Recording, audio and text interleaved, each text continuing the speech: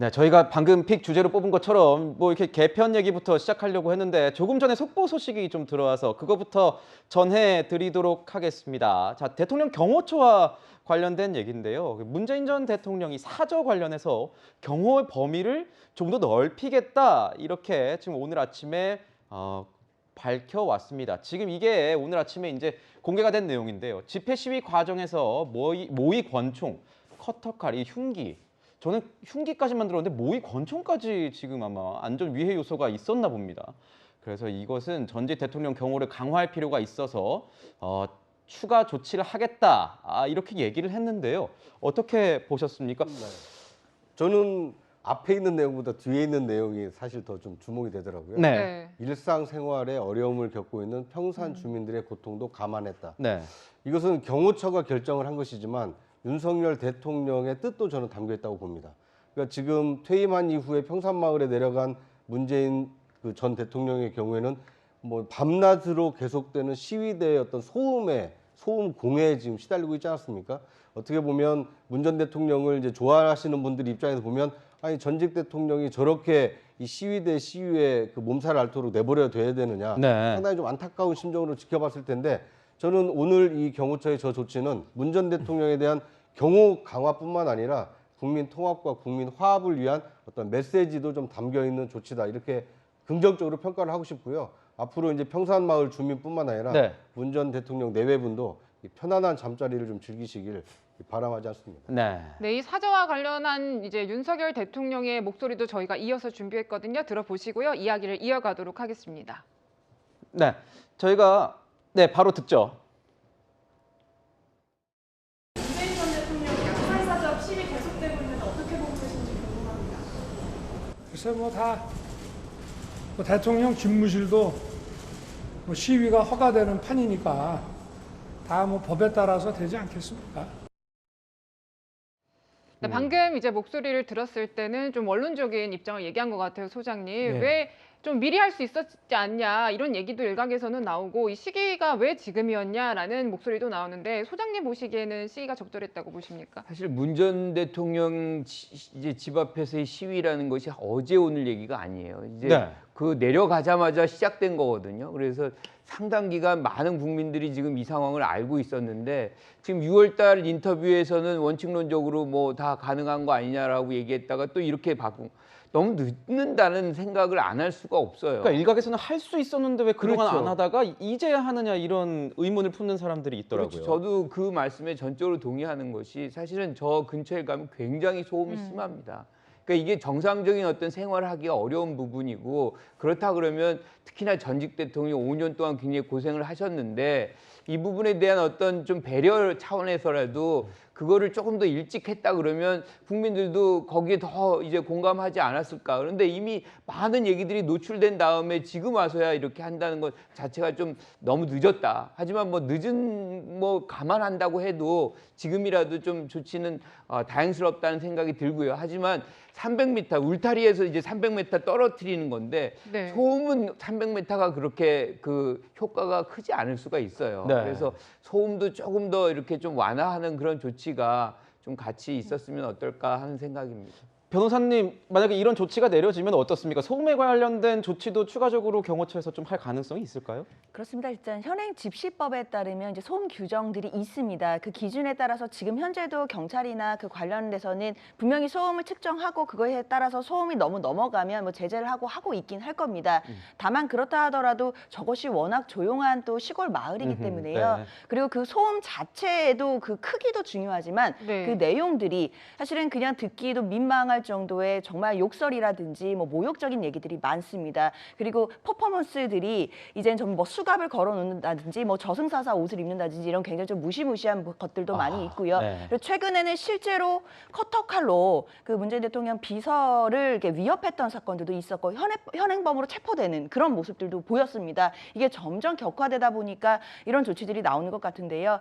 한편으로는 다양한 조치지만 좀 너무 늦은 감이 있다는 아쉬움은 분명히 있습니다. 김정숙 여사가 대통령실에서가 직접 뭐 경찰서를 찾아갔다 이런 저희도 보도가 봤는데 지금 너무 늦었던 것 아니냐, 그동안 할 수 있었는데 왜 안 했냐 이런 얘기들 나오는데 위원님 생각은 좀 어떠세요? 뭐 만시지탄은 있죠. 아까 잠깐 화면에 나왔던 윤 대통령의 6월이었죠. 그 도어 스태핑 때 이제 출입기자가 물었을 때 문 대통령과 김정숙 여사도 그렇고 평산 주민들도 고통이 심하니까 그 유튜버들은 좀 자제를 해주시고 경찰도 그 규정을 한번 엄격하게 봤으면 좋겠다 정도의 메시지를 했다면 많은 분들이 전직 대통령의 예우라든지 어떤 화합이라든지 이런 차원에서 받아줬을 텐데 그때 이제 그러지 못한 거는 조금 아쉽지만 만시지탄이 있어도 이제라도 했으니까 굉장히 잘한 것 같고 그동안에 사실은 이제 김정숙 여사가 저 문제 때문에 스트레스를 많이 받아가지고 뭐 치료도 받는다는 얘기도 있었습니다. 네. 그리고 또 그 중에 한 가지 변화가 있다면은 우리 이웃나라 그 일본에서 아베 신조 전 그 총리가 테러를 당한 그 끔찍한 사건이 있었죠. 네. 그렇기 때문에 아마 현직도 있지만 전직 그 국가 요인들에 대해서는 좀 더 경호를 강화해야 되겠다 이런 생각을 한 것 같은데 어쨌든 이 조치가 여야 간에 좀 화합으로 가는 어떤 그 디딤돌이 됐으면 좋겠습니다. 그저께 저녁에 대통령실에서 윤 대통령과 김진표 국회의장도 또 만찬하면서 네. 협치하자고 다짐하지 않았습니까? 네, 그렇죠.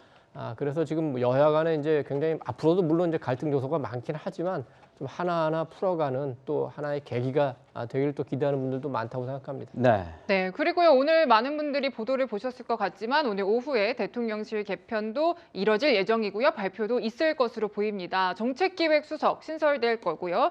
또 이제 홍보수석은 교체 신임이 올 걸로 이제 예상이 되고요. 차장님께 여쭤보겠습니다. 네. 거론되는 인물들이 있죠. 유력하게 네. 정책기획수석의 이관섭, 한국무역협회 상근 부회장 거론되고요. 홍보수석의 김은혜 전 의원 얘기가 계속 나옵니다. 네, 저는 오늘 2시에 윤석열 대통령께서 직접 그 예. 인선을 발표를 하실지 아니면 김대기 이 비서실장이 하실지도 상당히 좀 뭐랄까요, 그 무게가 좀 달라질 수 있다 이렇게 보여지는데 현재까지 얘기 들려오는 거는 비서실장이 하지 않겠느냐는 얘기가 나오고 그렇습니다. 있습니다. 지난주에 김대기 비서실장이 예고를 했기 때문에 네. 아마 이제 김대기 비서실장이 이 후임 인선을 이제 발표하는 수준일 텐데 저는 이제 왜 윤석열 대통령께서 직접 나서시는 것이 큰 의미가 있다고 보냐면 국민들의 요구를 수렴을 해서 단행하는 인사거든요.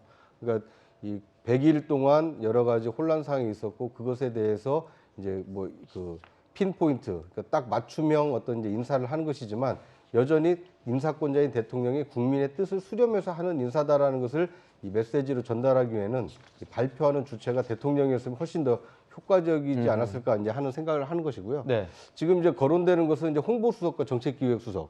정책기획수석은 이제 신설되는 자리고 네. 홍보수석은 이제 교체인데 정책기획수석을 신설한다라는 것은 말 그대로 이제 다양한 국정 과제에 대해서 약간의 그 시행착오가 좀 있었던 모양입니다. 네. 내부적으로 조정이 좀 잘 안 되다 보니까 수석을 신설해서 그걸 이제 그 정부에서는 국무조정실장이 하듯이 그 대통령실 내부에서는 정책기획수석이 주요 국정 과제에 대해서 이 조율 역할을 좀 해달라. 이제 이런 주문이 담겨 있는 것 같고요.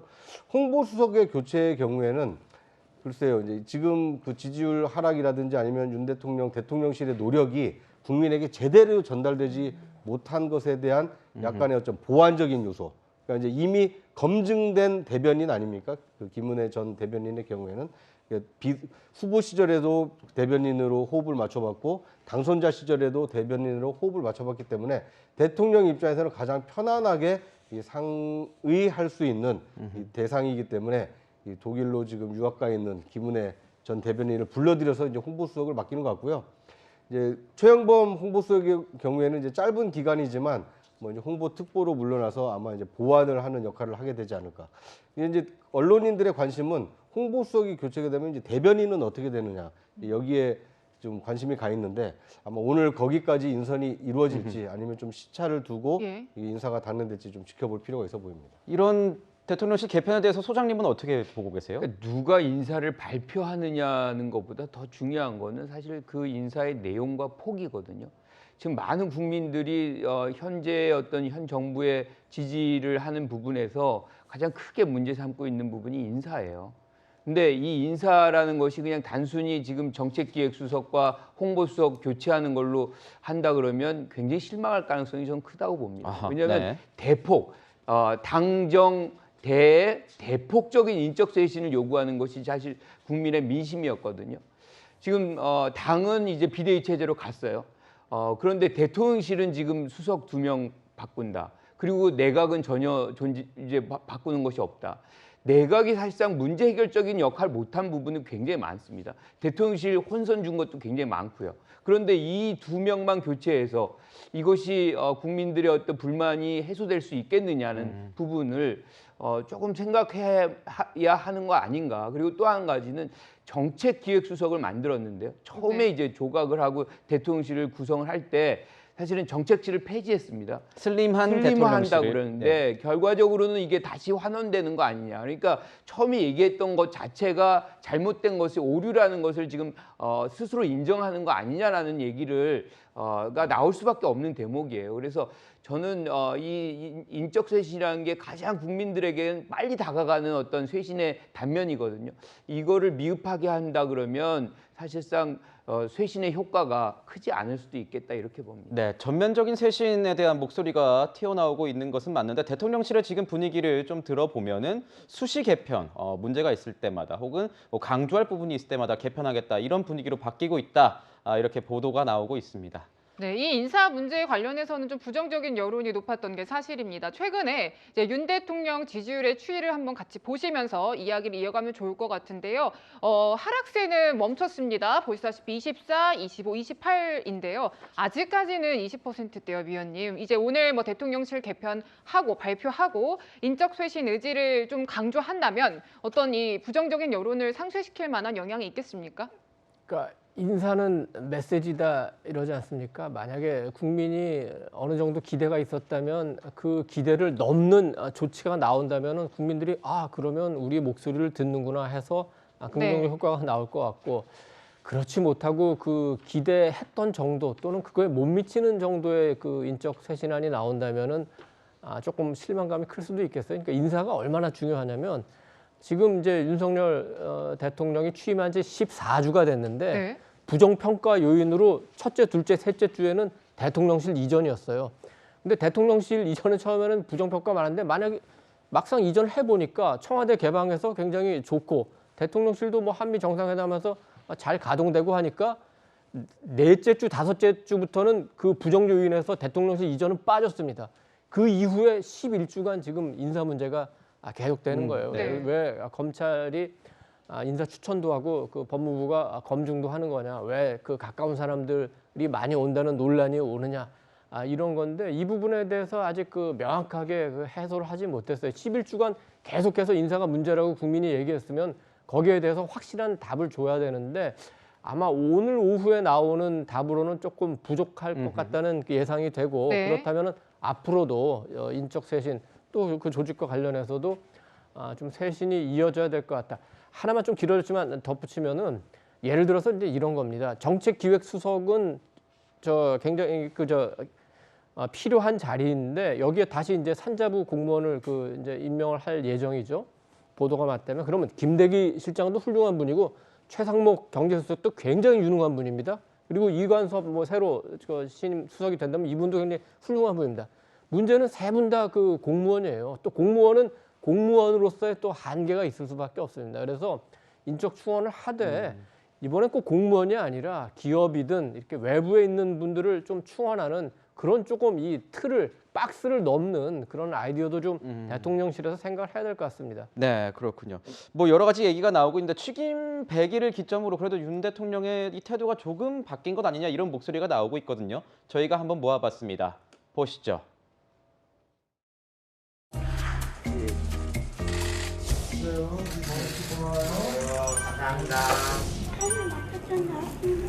고마워요. 맛있게 먹을게요. 허리를 의자에서 이렇게 하지 말고 등에다가 이렇게. 자, 편안하게 이렇게 나도 붙일 테니까. 밑에 백개로서 아주 국회와 함께 힘을 모은다면 어려운 국민들께 힘이 되어드릴 수 있지 않겠나. 구자영 차장께서는 어떻게 보셨습니까? 여야 국회 신입의장단 만났습니다. 그 자리에서 이제 협치 관련된 내용도 얘기했고, 뭐 여야 중진 협의체 좀 거기에 또 합의하는 듯한 목소리도 얘기했고, 거기다가 특별감찰관실도 수용할 기류를 보이고 있다 이런 얘기가 나오고 있어요. 네. 어떻게 보세요?